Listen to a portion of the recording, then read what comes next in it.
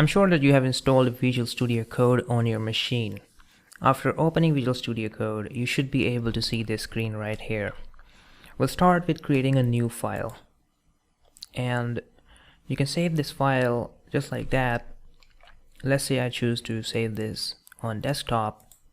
I can just name it whatever I want to name it, Python script.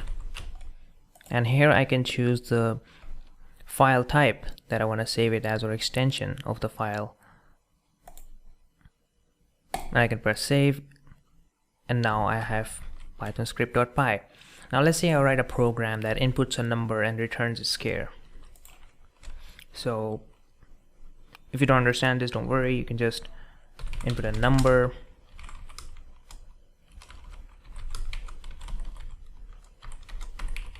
Please input a number. It'll convert that into an integer, and then you can print the scare of it. Now I have saved this program right here, which can input a number from a user and print its scare.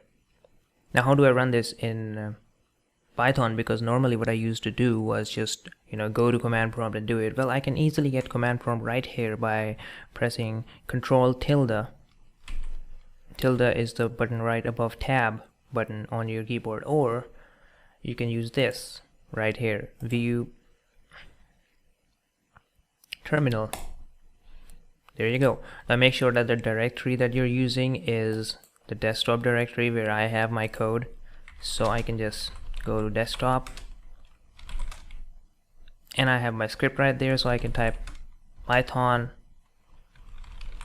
script.py 23 scare 529.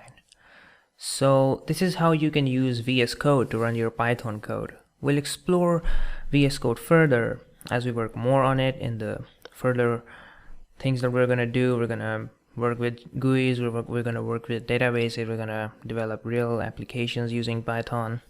So stick along, and I'll see you in the next section.